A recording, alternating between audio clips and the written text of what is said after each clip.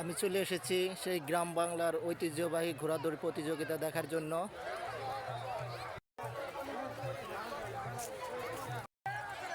দেখতে পাচ্ছেন শুধু মানুষ আর মানুষ, অসংখ্য মানুষ।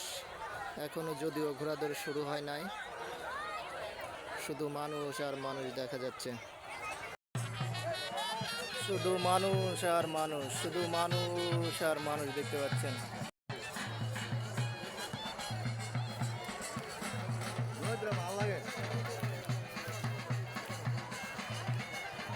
শুধু মানুষ আর মানুষ, দুই সাইডে শুধু মানুষ আর মানুষ।